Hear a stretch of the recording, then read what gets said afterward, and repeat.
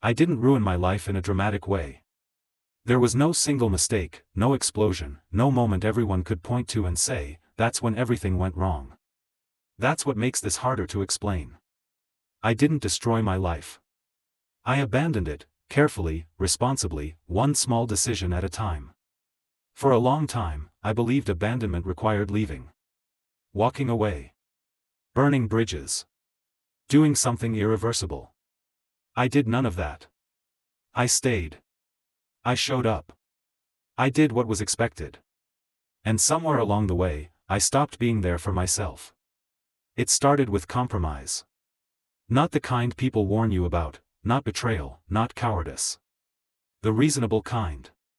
The kind that sounds mature when you explain it out loud. I'll do this for now. This isn't the right moment. I can wait. Waiting became my strongest skill. I waited to feel ready. I waited to feel certain. I waited for life to slow down enough to notice me. What I didn't notice was how much of myself I was leaving behind while I waited. From the outside, my life looked intact. Functional. Acceptable. I met deadlines. Paid bills. Maintained relationships. I didn't disappoint anyone in a way that required apology. People trusted me. They said I was grounded. They said I was doing well. I agreed. It was easier than explaining the quiet distance I felt from my own days. I moved through life like someone renting a room they never planned to decorate. Everything temporary. Nothing personal. I kept telling myself I'd settle in later. Later never came. I stopped asking myself what I wanted because the answer felt inconvenient. Wanting creates friction. Wanting requires action. Wanting forces you to admit that something is missing. So I focused on what was necessary instead. Necessity doesn't ask questions. Necessity keeps things running. I became very good at necessity. I learned how to function without enthusiasm. How to maintain relationships without presence. How to make decisions based on logic alone. Logic kept me safe. It also kept me distant. I remember one morning sitting on the couch, phone in my hand, staring at a screen that hadn't lit up in hours. No messages. No urgency. No reason to move. I realized something unsettling. If nothing asked for me today, I wouldn't know where to go. My life had become reactive. I existed in response to needs, schedules, obligations, but not to desire. Desire felt indulgent. Almost irresponsible. I told myself that adulthood meant letting go of wanting. That fulfillment was a luxury. That stability mattered more than alignment. Those ideas sounded wise. They also sounded final. I noticed how often I used the phrase, "It's fine." Not just to others, to myself. This job is fine. This routine is fine. This life is fine. Fine became a way to end conversations before they started. Fine meant, don't look closer. I stopped imagining futures. Not because I was afraid, but because imagining something different felt pointless if I wasn't going to act on it. Dreams without action turned into reminders of what I wasn't doing. So I stopped dreaming. That should have scared me. Instead, it felt like relief. Relief from expectation. Relief from disappointment. Relief from myself. But relief without direction becomes emptiness. I began to feel like a placeholder in my own life, present enough to maintain it, absent enough not to feel invested in its outcome. Days passed without texture. Weeks disappeared without memory. Time didn't hurt. It slipped. I wasn't unhappy. That was the most dangerous part. Unhappiness would have demanded change. Pain would have forced a response. What I felt was neutrality. And neutrality let everything continue. I told myself this was peace. But peace doesn't require you to silence parts of yourself. Peace doesn't feel like something you have to maintain. One evening, standing in the quiet of my apartment, I caught myself thinking, if this continues exactly as it is, would I notice when my life ends? That thought wasn't about death. It was about absence. About how little of me was present inside my own existence. I realized then that I hadn't chosen this life. I had allowed it. Allowed routines to replace intentions. Allowed expectations to replace desire. Allowed comfort to replace truth. None of that felt like a betrayal at the time. It felt like responsibility. But responsibility without self-respect becomes surrender. I hadn't made a wrong choice. I had stopped choosing altogether. And the most painful realization was this: no one had taken my life from me.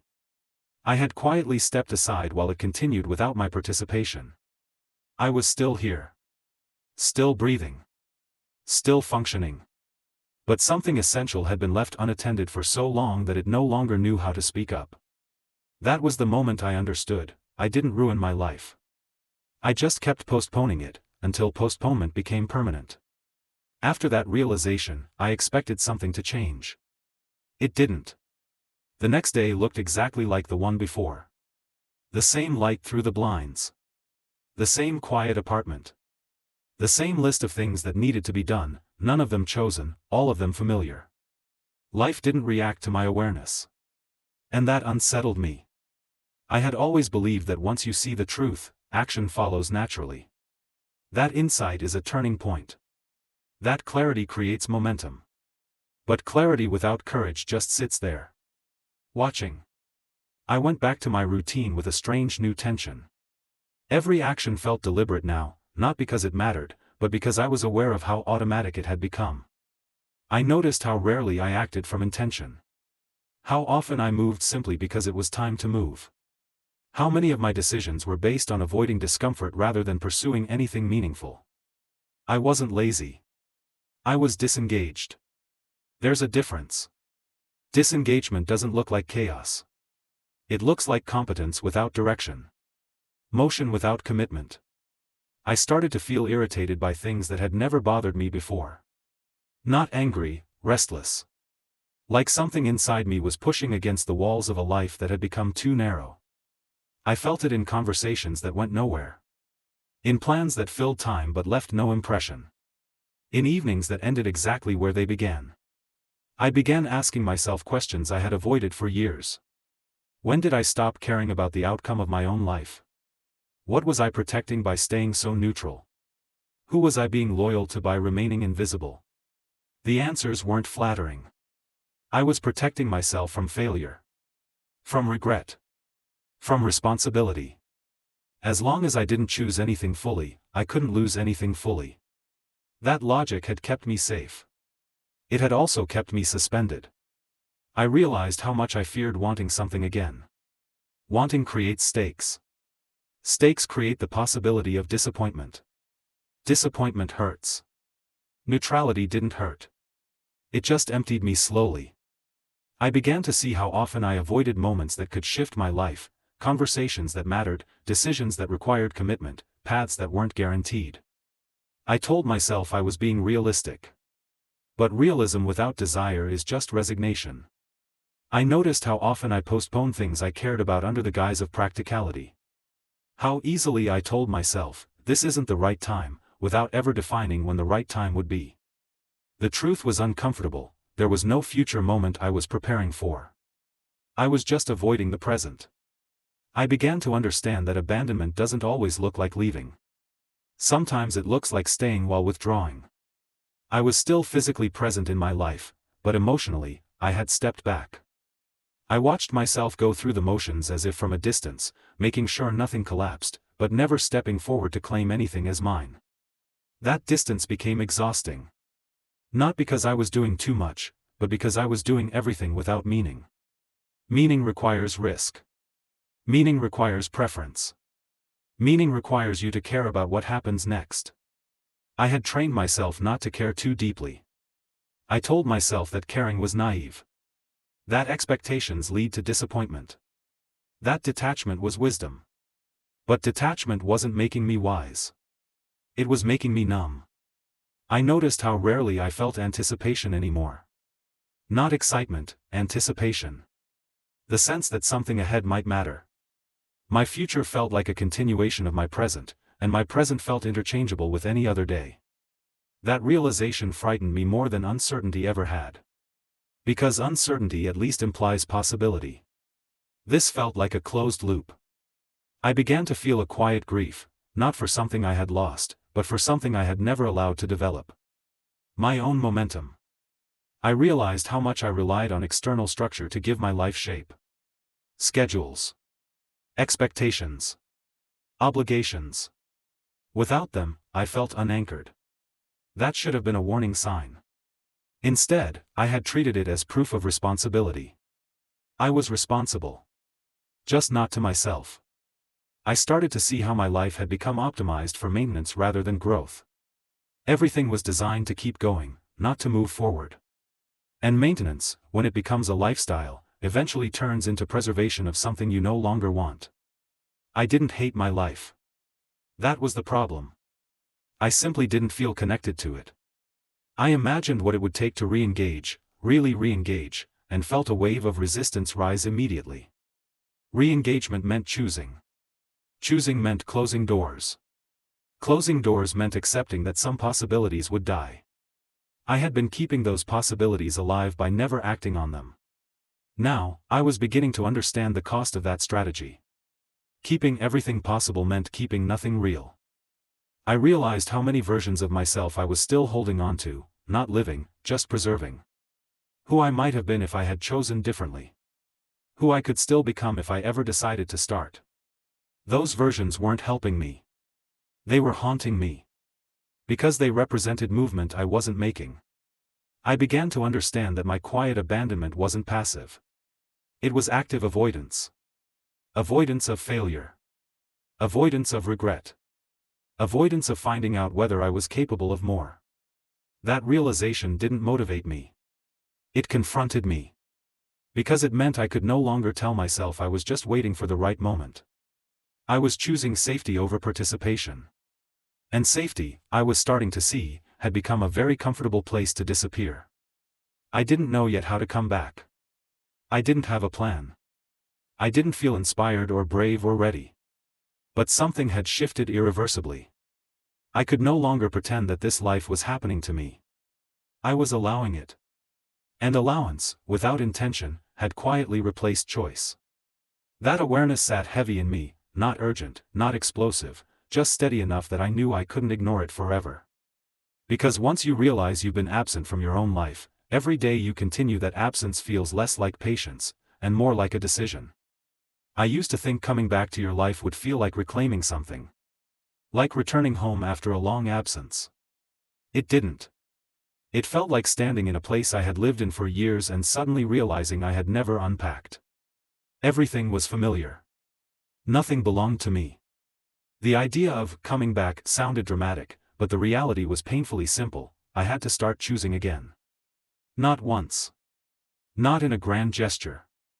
But every day, in small, uncomfortable ways. And that was terrifying. Because choosing meant ending the illusion that I was still undecided. It meant admitting that neutrality had been my shelter, and my excuse. For a long time, I waited for motivation to arrive. For clarity. For a feeling strong enough to overpower the resistance. It never did. What arrived instead was something quieter. Discomfort. A growing discomfort with continuing the same way now that I understood what it was costing me. The discomfort wasn't loud enough to force action, but it was persistent enough to make inaction unbearable. I realized then that I didn't need inspiration. I needed honesty. Honesty about the fact that I had been protecting myself from disappointment by never fully engaging. That I had mistaken detachment for wisdom. That I had chosen safety not because it was right, but because it was easy to justify. I wasn't afraid of failing. I was afraid of caring again. Caring makes you visible. Caring makes you vulnerable. Caring makes the outcome matter. And I had spent years designing a life where outcomes didn't matter to me anymore. That design had worked. Until it didn't. The first real change I made was almost invisible to anyone else. I stopped ending my days on autopilot. I started asking myself one question before going to sleep: did I participate today? Not did I perform. Not did I behave correctly. Not did I keep everything running. Did I participate? Some days, the answer was no. That hurt more than I expected. But it also clarified something essential: participation wasn't a feeling. It was a choice. I began making decisions that didn't optimize for comfort. Small ones. Saying no without replacing it with an apology. Choosing what I wanted to do with my time instead of what made the most sense on paper.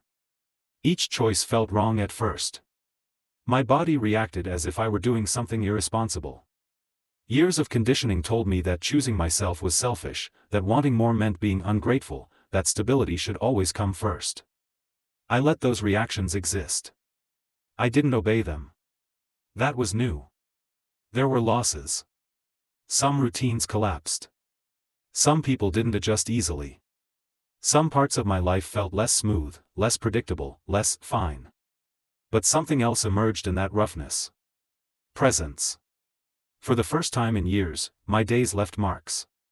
Not all of them pleasant, but all of them real. I remembered conversations.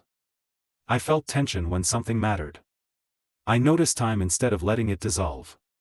I wasn't happier. I was awake. I learned that abandoning your life doesn't always look like walking away. Sometimes it looks like staying without intention. Like maintaining without choosing. Like surviving without participating. And reclaiming your life doesn't require burning everything down. It requires returning, again and again, to the act of choosing, even when it's uncomfortable, even when it's imperfect, even when it doesn't come with guarantees. I stopped asking myself whether I was making the right choices. I started asking whether I was making any choices that were actually mine. That shift changed everything. Not all at once. But enough. I don't pretend that this is a happy ending. Some days, I still feel the pull of neutrality. The temptation to disengage, to let life carry me instead of meeting it halfway. But now, when that pull appears, I recognize it for what it is. Not peace. Avoidance. And I choose differently, not because it feels good, but because it feels honest. If you're listening to this and something in you recognizes that quiet withdrawal, the way life continues while you stand slightly to the side, I want you to understand this: you don't need a breakdown to justify returning to yourself.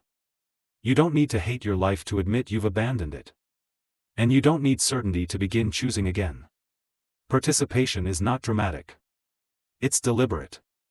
I didn't ruin my life. I almost let it pass without me. Now, I'm doing something simpler, and harder, than waiting.